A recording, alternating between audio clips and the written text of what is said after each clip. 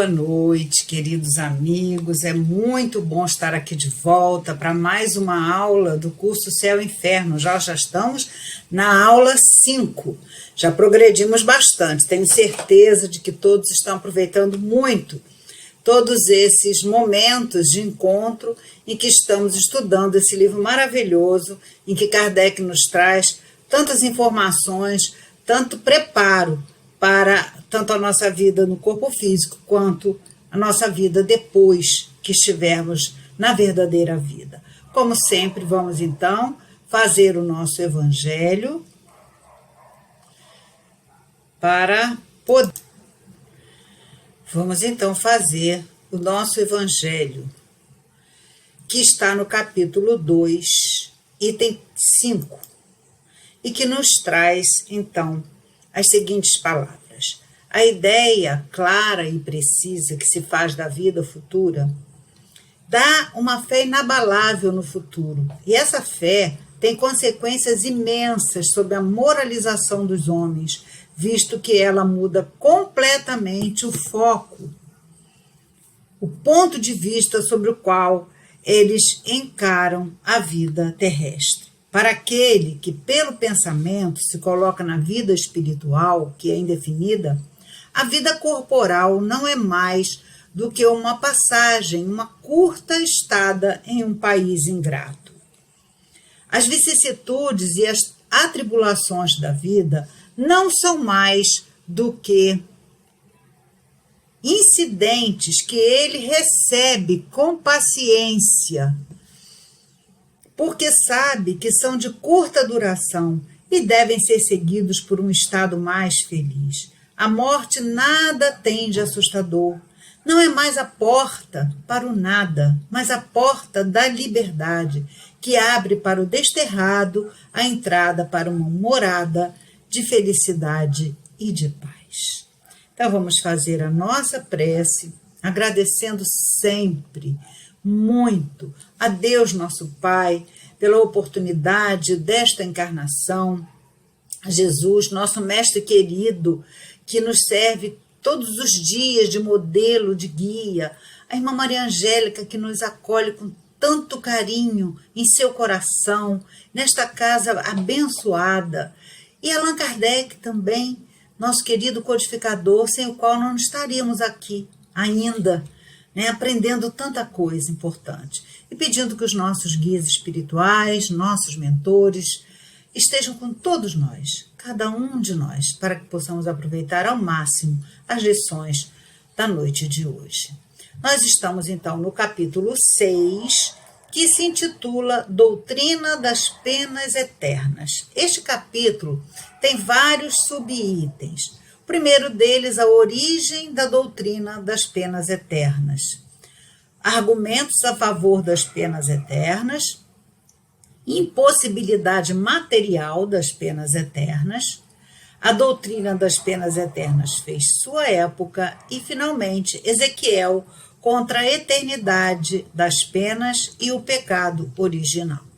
Então, nós vamos vamos dar comentar cada um desses itens, buscando entender que a época de Kardec, essa crença nas penas eternas, no inferno, no fogo eterno, já vimos em aulas passadas que a ideia de céu, inferno, purgatório é bastante equivocada em função daquilo que nós aprendemos ao longo das nossas vidas.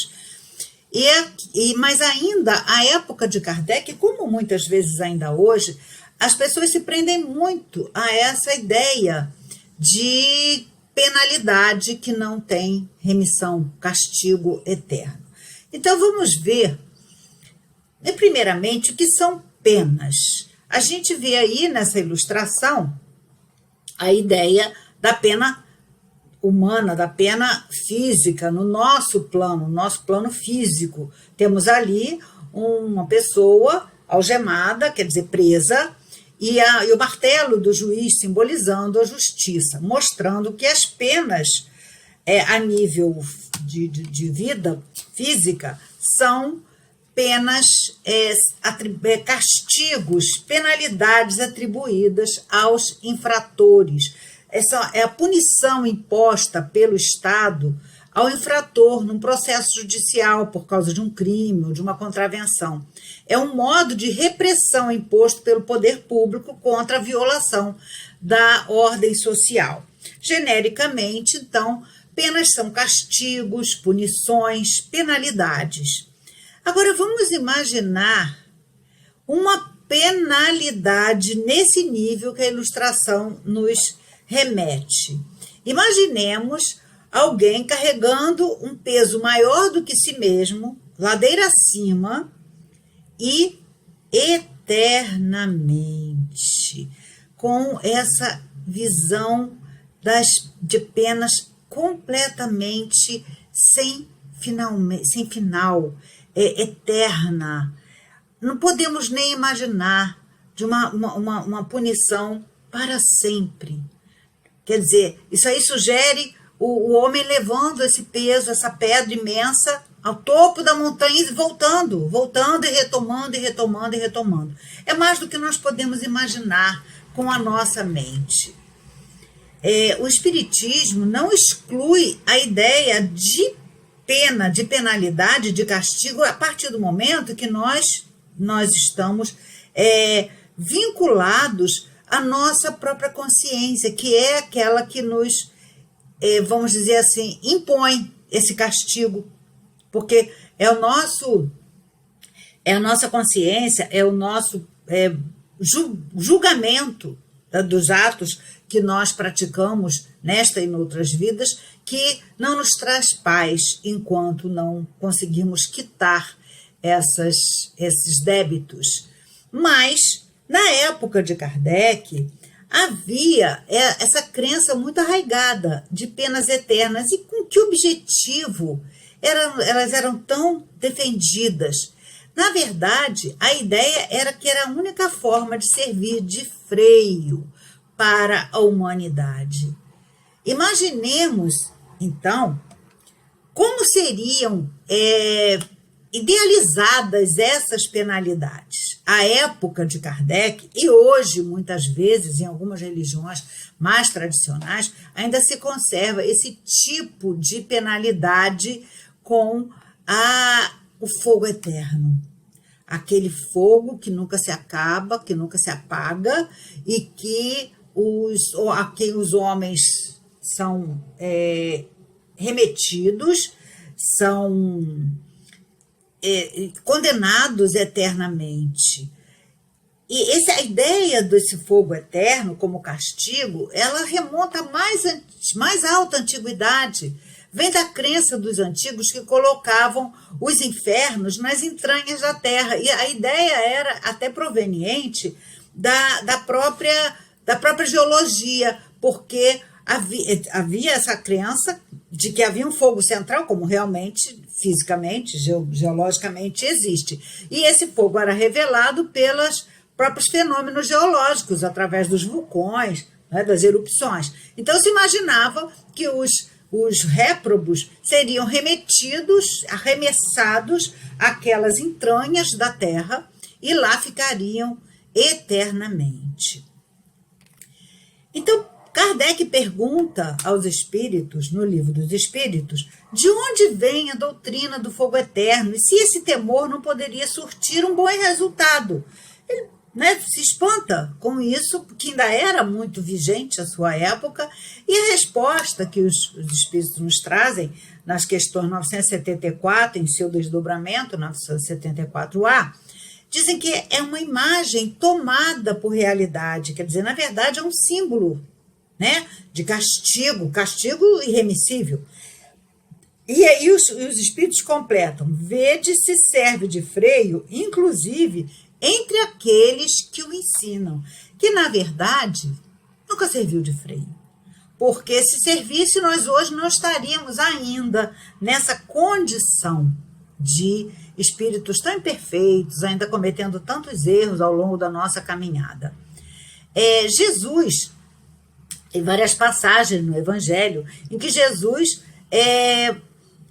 fala em castigo eterno. Por exemplo, no Evangelho de Mateus, no capítulo 25, nós temos uma passagem que diz que Jesus fala que todos aqueles que fizerem aos pequeninos alguma infração, alguma maldade, é como se estivessem fazendo a eles mesmos. Então diz assim, aí um pedacinho da passagem: Senhor, quando é que te vimos com fome ou com sede, forasteiro ou nu, doente ou preso e não te servimos? E ele responde com essas palavras: em verdade vos digo, todas as vezes que deixaste de fazer a um desses pequeninos, foi a mim que o deixaste de fazer.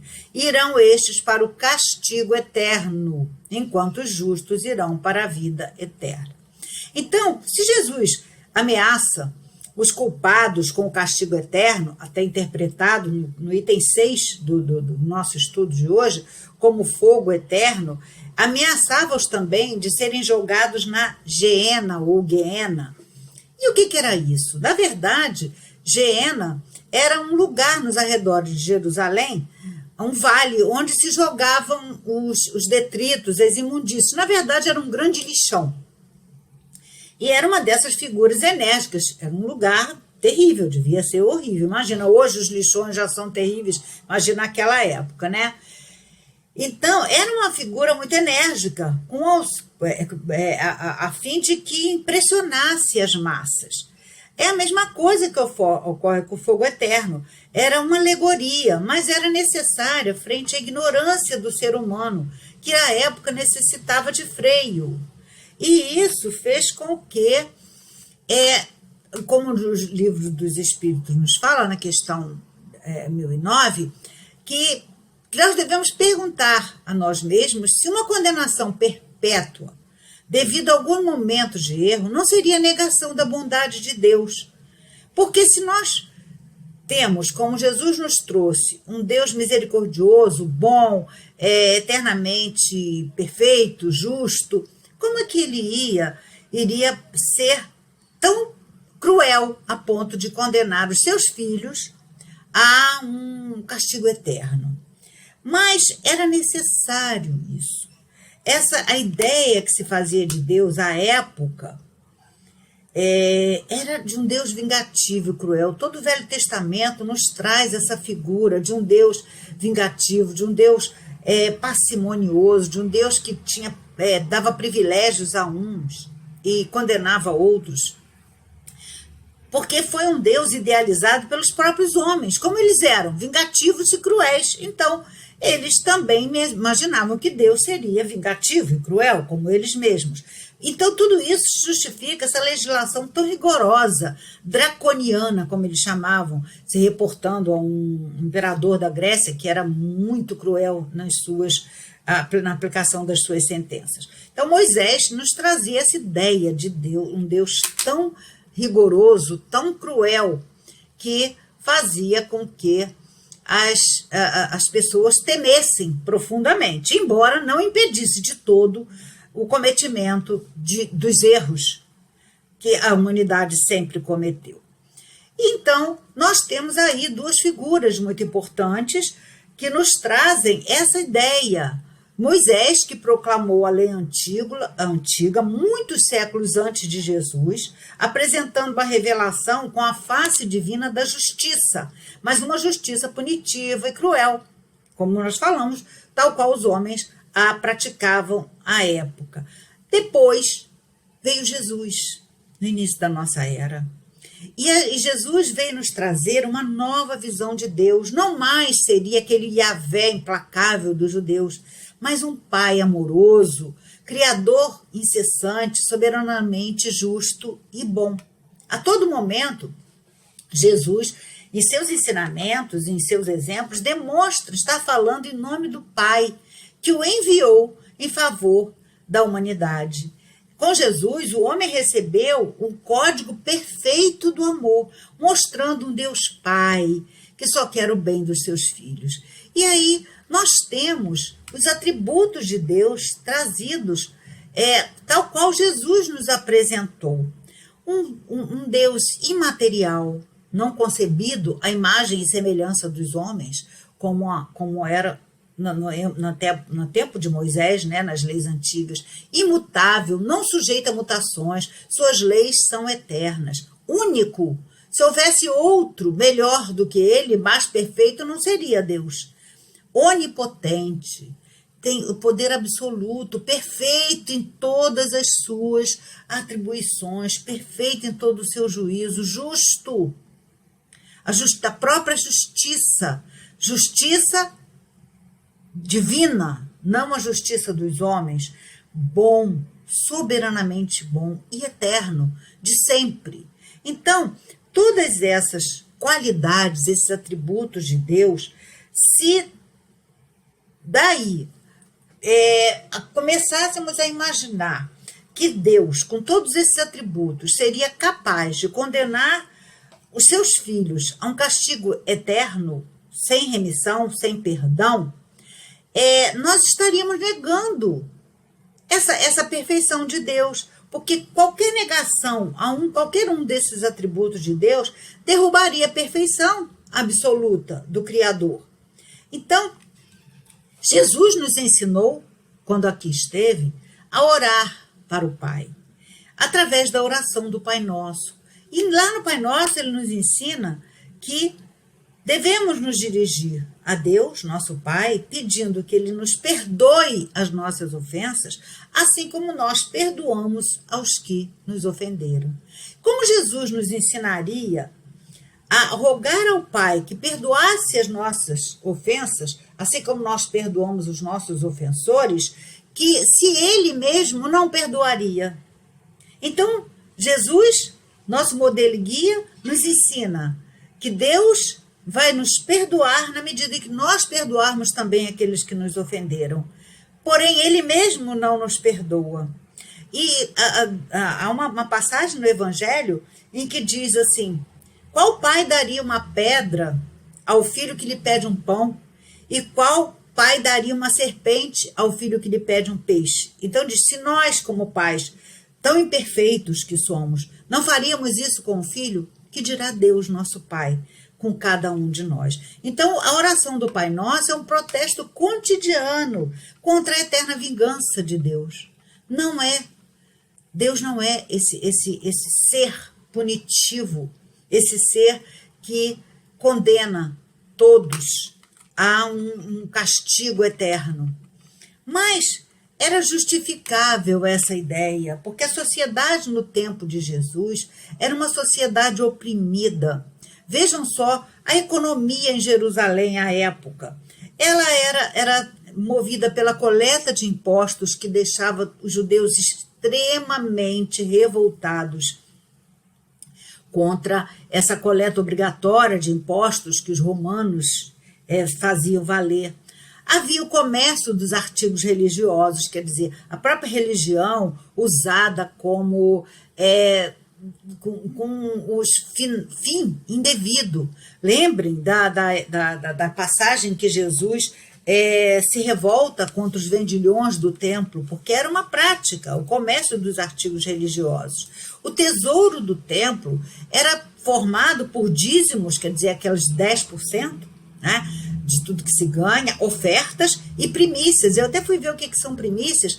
Primícias seriam as ofertas daquele primeiro produto do trabalho. Por exemplo, o agricultor que teria a sua colheita, os primeiros frutos dessa colheita seriam ofertados. Ou a primeira colheita da vinha seria ofertada, são as primícias. E o templo, que era o lugar maior, o lugar de adoração, era também um lugar de exploração do povo pobre. Então, era um povo oprimido, submetido tanto aos romanos quanto às leis rigorosas e às exigências do templo, do sinédrio. E esse povo não conseguia entender a ideia que Jesus trazia de um Deus misericordioso, um Pai amoroso, que dá aos filhos tantas oportunidades quanto eles precisam.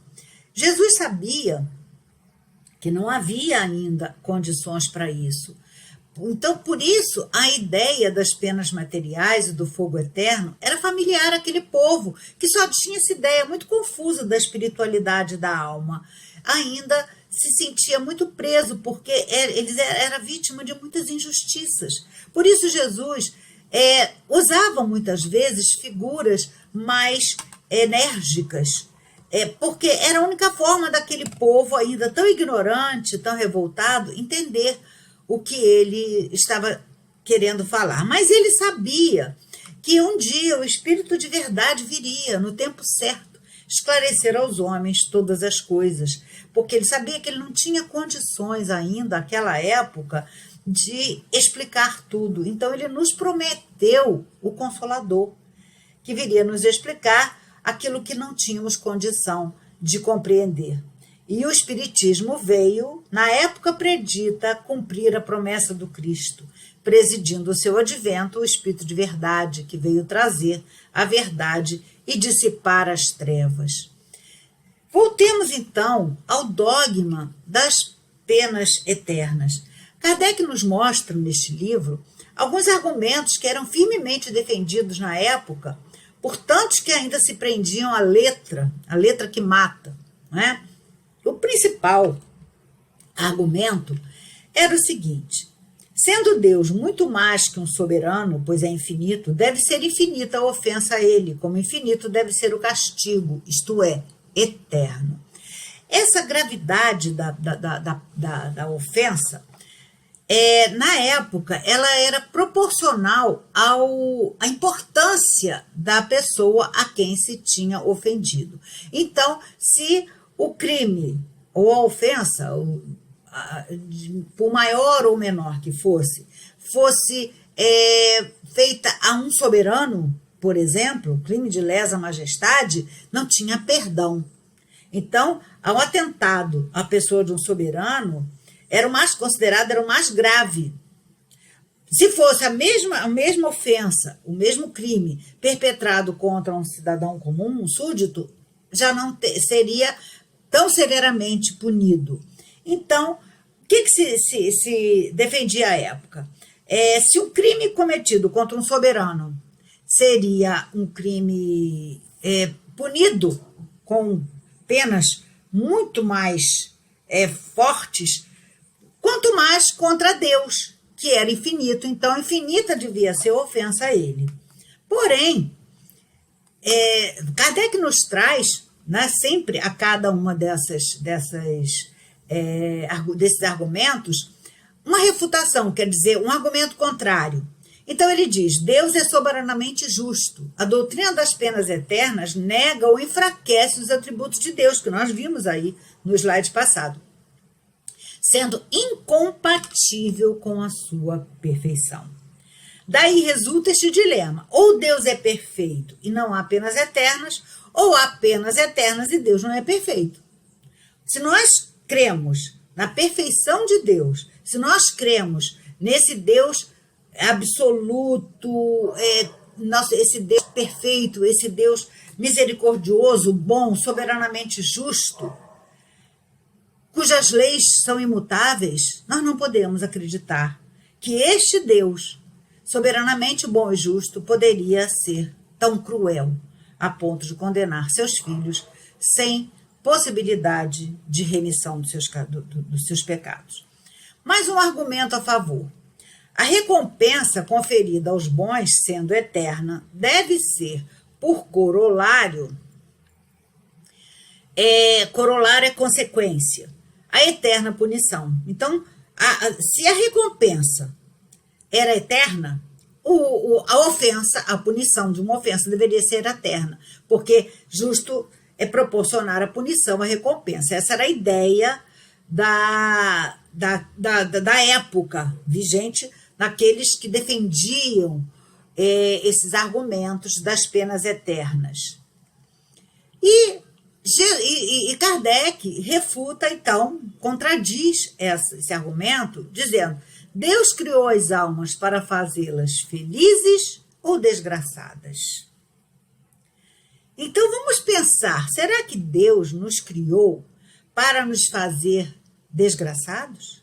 E mais, será que ele nos criou com alguns tendo todas as vantagens e outros sofrendo desde do nascimento? Será? Será que esse Deus Seria esse Deus que nós cremos, que nos foi trazido por Jesus, seria capaz dessa atrocidade? E Kardec mesmo responde: evidentemente, a felicidade da criatura deve ser o fito do Criador, ou ele não seria bom. Então, temos que ter sempre em mente que Deus nos criou para sermos felizes. Aí a gente vai pensar assim, mas nem todo mundo é feliz. Também eu não sou feliz o tempo todo. Claro, nós somos os responsáveis pela nossa felicidade ou infelicidade, não é Deus não, somos nós.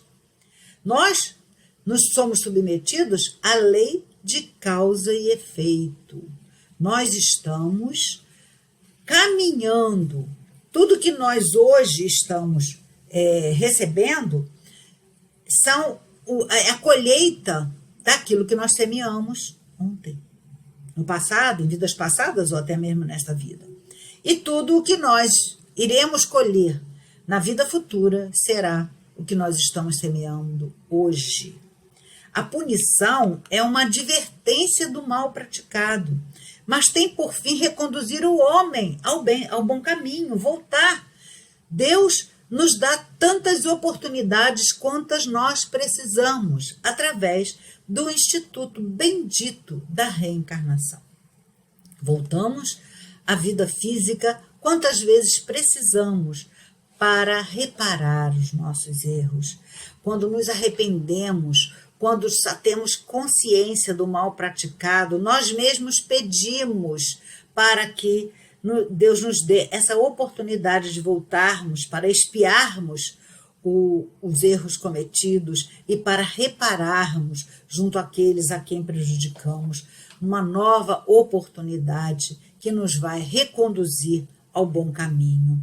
Um último argumento a favor das penas eternas. O temor das penas é um freio, anulado este, o homem por nada temer, entregar-se-ia a todos os excessos.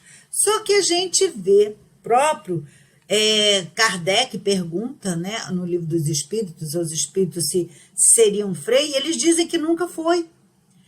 E Kardec refuta esse argumento dizendo que a felicidade ou infelicidade futura é consequência rigorosa da justiça de Deus, que está onde? Aqui, na nossa consciência. Tanto mais profundo será o castigo, quanto mais racional for sua procedência, ou seja, através da nossa tomada de consciência. Uma penalidade em que não se crê não pode ser um freio. Então não adianta impor. Se a pessoa não crê, não vai fazer efeito nenhum. E quando ela toma consciência do erro cometido, aí ela mesma vai buscar esta reparação. Seria preciso observar a eficácia das penas eternas junto àqueles que a preconizavam e se esforçavam para demonstrá-la, o que não foi e nem é possível. Então, mesmo aqueles, desde a antiguidade, que se esforçavam para pregar essas penas eternas, demonstrando a sua eficiência, não usavam para si mesmos, continuavam cometendo os mesmos erros, porque eles mesmos, no fundo, sabiam que isso aí era apenas um símbolo, uma maneira de dominação. Aí nós passamos para o item impossibilidade material das penas eternas. Por que essa impossibilidade material? Será que as almas de hoje são as mesmas almas antigas? Será que há progresso? A alma progride ou não? Vemos aí nesse slide, nessa ilustração, que os homens, tanto moral como fisicamente, vem progredindo ao longo da sua caminhada evolutiva. Temos ali o hominídeo, desde a época em que o homem começou a sua evolução física, no corpo físico, até chegar à condição de Homo sapiens, que a caminhada foi evolutiva. Porém, quanto mais próximo está o homem do seu estado primitivo, mais material ele é. E para ele, para o homem primitivo, Deus não passa de um soberano absoluto, tanto mais terrível quanto invisível ele é, um rei despótico. Então, sem compreenderem aquele valor moral, seu poder moral, só aceitavam Deus pela força material. Então, Deus que lhes é superior deve ser mais ainda terrível que eles, que já eram bem cruéis, não é? Então, na época, era necessário essas crenças religiosas adequadas à sua condição ainda tão rude de crença, de compreensão.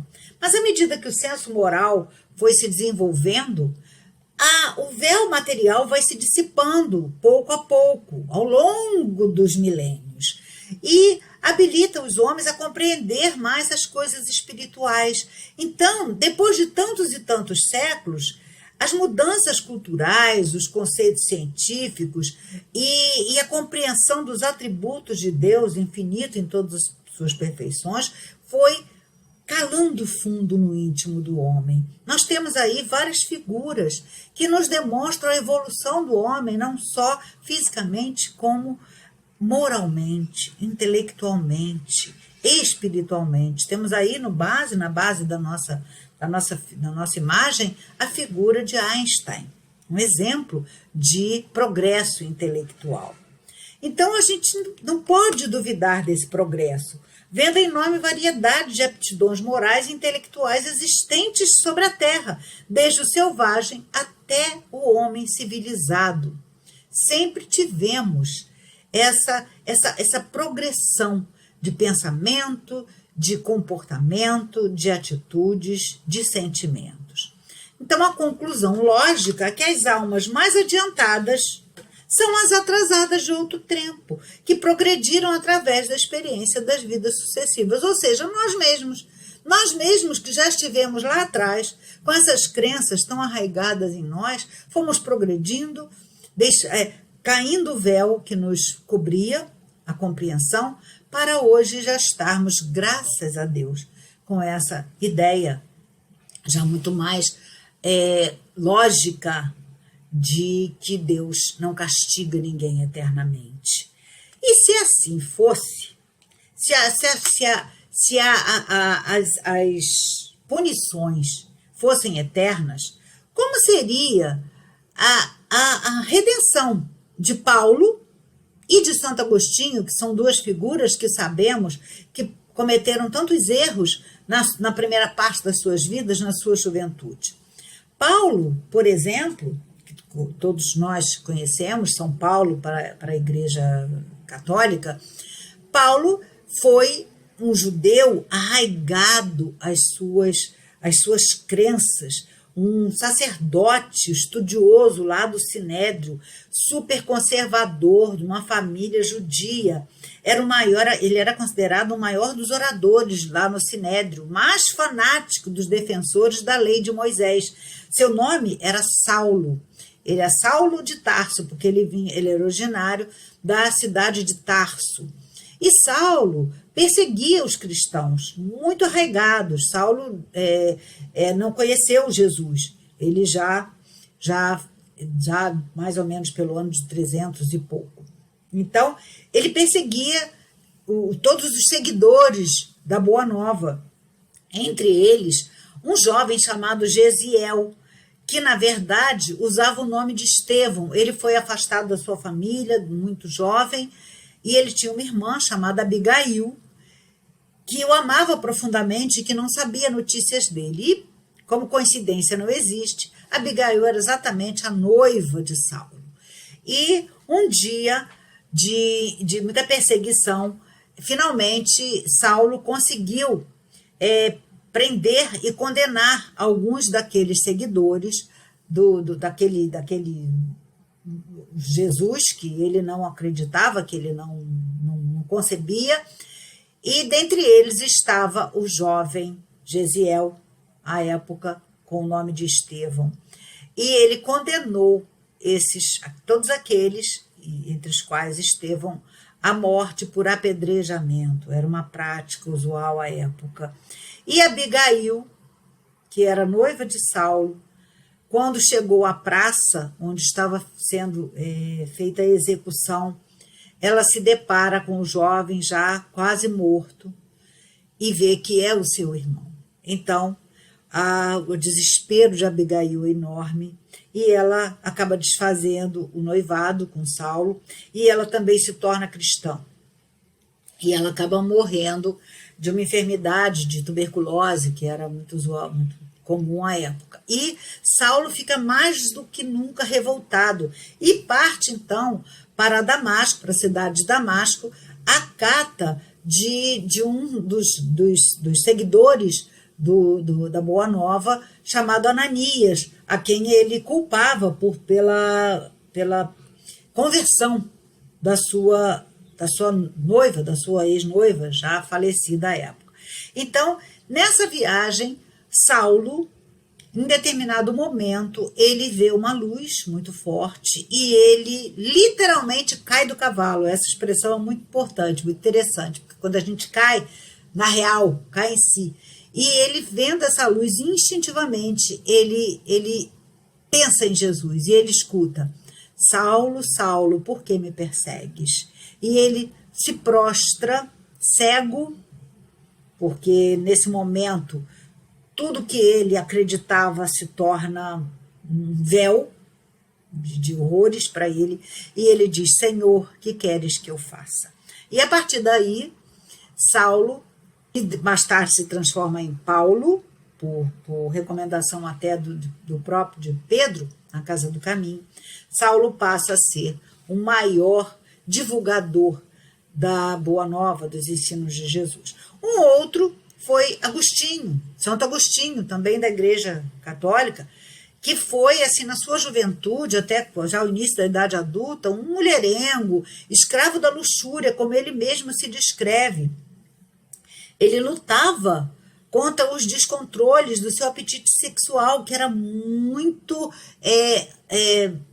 exacerbado, e ele não tinha um critério, ele tinha muitas amantes, ele teve uma amante durante muitos anos, mas ele nunca quis se casar com ela, e ele teve um filho com essa amante, mas ele nem a deixava, nem assumia um compromisso com essa jovem que lhe deu esse filho, chama Adeodato. E, por fim, ela mesma resolveu abandoná-lo, e ele diz que ela foi mais forte do que ele. E ele aí a família contrata um casamento para ele, uma outra jovem. Mas ela era tão jovenzinha que ainda tiveram que esperar uns 2 anos para que ela tivesse idade suficiente para casar. E nesse meio tempo ele teve outra amante, né? E teve uma vida muito desregrada, até escandalosa. Até que ele realmente, como Paulo, ele não caiu do cavalo, mas ele caiu em si, e ele começa então a ver, era um estudioso, a ver em Jesus o caminho, a verdade e a vida. E ele passa então a redimir-se e transforma-se também num grande divulgador dos ensinos de Jesus, e nós temos várias e várias comunicações desse espírito no próprio livro do Livro dos Espíritos, nas instruções, e no Evangelho, também segundo o Espiritismo. Então, se fosse possível, né, se essas penas eternas fossem reais, nenhum dessas duas figuras tão presentes na nossa vida poderiam estar conosco, não é? Até hoje, porque o dogma da eternidade absoluta das penas é incompatível com o progresso das almas. Eles progrediram da mesma maneira que nós, porque a lei do progresso ela é evidente, não é uma teoria, é um fato, é uma lei da natureza divina, imprescritível. Segundo a doutrina espírita, o homem é filho das suas obras durante esta vida e depois da sua morte. Então, somos os artífices do nosso futuro. Nós é que nos construímos. Mas a doutrina das penas eternas, ela fez a sua época, porque ela permaneceu durante muito tempo como aquele temor, que a época era salutar, porque os homens precisavam ainda naquele estado de muita ignorância, compreender, porque não tinham ainda condição de compreender a força moral, só os castigos materiais aqui ainda freavam um pouquinho. E quando a razão vai crescendo, o homem repele essas inverdades, e aí o raciocínio passa a imperar, e as ideias seguem um curso incessantemente progressivo, porque o progresso é inexorável. Vemos aqui, nós temos assim ainda, né, quantas e quantas figuras no folclore que se tornam até realidades para a ignorância da época, nas cidades do interior, quantos não alimentaram, ou até ainda alimentam, né, fantasias de muitas pessoas, o boto, né, lá no Amazonas, né, quem já não passou, que ainda mais quem é de meio-dia para tarde, como a Vera diz, quem já não passou, assim, quando na infância, com medo do velho do saco, que os nossos pais diziam, vai pegar, ele passa, vai pegar as crianças, quer dizer, mas depois que a gente vai deixando de acreditar nisso, isso aí vai perdendo a sua força. Então, o próprio Kardec diz assim, de bom grado a criança cede o bolo a quem lhe promete afugentar o lobisomem. Mas, se ele não crê mais em lobisomens, ele vai guardar o bolo. Então, é isso que acontecia. Aquela doutrina tão rígida, tão cheia de figuras alegóricas, foi perdendo a sua força. Aos olhos dos incrédulos, o dogma da eternidade das penas passou a ser uma questão fútil, da qual passou a ser objeto até de risadas. Mas, infelizmente, essa crença tem sido grandemente explorada pela ideia de que com dinheiro se abrem as portas do céu, livrando-os do inferno. Nós sabemos, né, a página infeliz da nossa história, que nos traz a venda das indulgências, se pagava já por antecipação pelo pecado que se iria cometer. E temos, então, finalmente, Ezequiel contra a eternidade das penas, eternidade das penas e o pecado original. Ezequiel foi um profeta lá do Velho Testamento, essa figura aí se encontra na Capela Sistina, e ele já defendia à época que o pecado não iria ultrapassar aquele que o cometeu. Então ele dizia que a alma que tem pecado morrerá ela mesma, quer dizer, ela mesma se condenará. O filho não sofrerá pela iniquidade do pai, o pai não sofrerá pela iniquidade do filho. A justiça do justo verterá sobre ele mesmo, e a impiedade do ímpio verterá sobre ele. Ele era um profeta do Velho Testamento, vejam, e mesmo assim ele já defendia. E ele dizia assim, é que quero a morte do ímpio, diz o Senhor Deus. Não, quero antes que ele se converta e se retire do seu mau caminho e que viva. Que foi isso tudo que Jesus nos trouxe, nos pregou. Deus não condena o pecador, ele condena o pecado. E vamos então, concluindo, a partir do Evangelho segundo o Espiritismo, no capítulo 27, no item 21, trouxemos um resuminho de tudo isso. Indeterminada é a duração do castigo para qualquer falta. Ela vai ser tanto maior quanto maior for o tempo em que o ofensor não se conscientizar, não se arrepender. Fica subordinada ao arrependimento do culpado e ao retorno à senda do bem. Quer dizer, a partir do momento que o ofensor se arrepende e quer reparar o seu erro, ele volta, ele retorna ao bom caminho. A pena dura tanto quanto a obstinação do mal. Existem penas eternas? Não, porque o mal não é eterno. Seria perpétua, se perpétua fosse a obstinação, se o homem ficasse eternamente no caminho do mal, mas sabemos que o mal é temporário, o progresso é inexorável e todos nós chegaremos um dia à perfeição. Dura pouco, se pronto é o arrependimento. Quanto mais rápido for o arrependimento, mais rápido aquele castigo imposto por nós mesmos, pela nossa consciência, vai acabar. Então, o homem, chegamos a essa grande conclusão, é o árbitro de sua própria sorte. Sua felicidade ou desgraça depende da vontade que tenha de praticar o bem. E estamos, então, chegando ao final. Mas na semana que vem estaremos aqui de volta com o tema As Penas Futuras segundo o Espiritismo. Vamos ver agora como é que fica isso. Já vimos que as penas eternas são incongruentes. Veremos agora como é que a doutrina espírita vê essa penalidade futura, os castigos que nós mesmos nos impomos.